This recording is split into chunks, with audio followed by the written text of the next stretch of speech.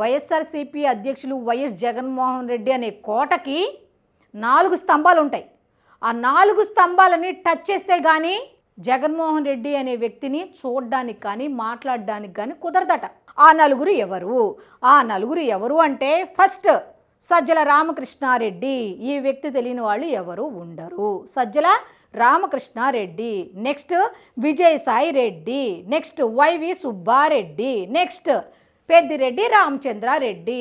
ఈ 4 రెడ్ల మధ్యలో వైఎస్ జగన్మోహన్ రెడ్డి దోబూచులాడుతూ 4 స్తంభాల ఆట ఆడుతున్నారు. ఓటమికి కారణాలైన ఈ నలుగురితో పాటు చెప్పే క్యాండిడేట్ల పేర్లలో చెవిరెడ్డి భాస్కర్ రెడ్డి పేరు కూడా ఉంటుంది.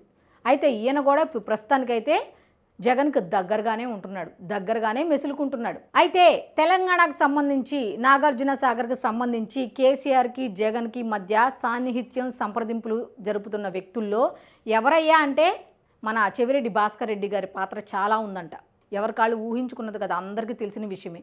కేసీఆర్కి జగన్మోహన్ రెడ్డికి సాన్నిహిత్యంగా ఉండడానికి గల కారణం చెవిరెడ్డి భాస్కర్ రెడ్డి సంప్రదింపులు. అయితే మనం కన్క్లూజన్లో ఏం చెప్పుకోవాలి అంటే జగన్ మౌనం వెనుక ఉన్నది ఏమిటి, ఆంతర్యం ఏమిటి?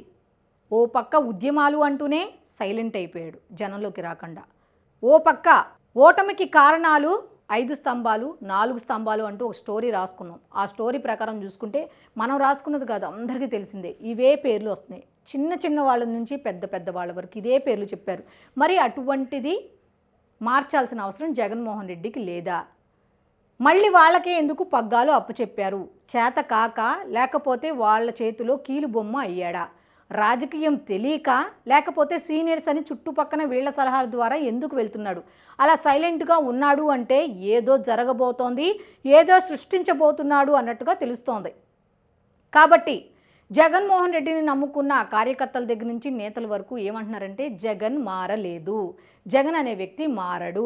జగన్ మారలేదు అని చెప్పడానికి ఉదాహరణ ఏంటి అంటే ఈ కోటరీలో ఉన్న ఒక్క స్తంభాన్ని కానీ ఒక వ్యక్తిని కానీ మార్చలేదు, ఇదొక్కటే స్పష్టంగా తెలుస్తోంది అనే కన్క్లూజన్లో అయితే ఉన్నారు. అయితే ఈ కోటరీలో ఈ నలుగురు గనక 2029 ఎన్నికల వరకు ఉంటే ఆ 11 కూడా రావు, మేమందరం తట్టబుట్ట సర్దుకొని వెళ్ళిపోవడం ఖాయం అని జగన్మోహన్ రెడ్డికి ఇండైరెక్ట్గా చెప్తున్నారు. మరి ఇవన్నీ జగన్మోహన్ రెడ్డి దాకా వెళ్ళాలి అంటే అది కూడా ఈ నలుగురిని దాటే వెళ్ళాలి. మరి వెళ్తాయా లేదా, మరి జగన్మోహన్ రెడ్డిలో మార్పు వస్తుందా రాదా అని తెలియాలి అంటే మనం వేచి చూడాల్సిందే.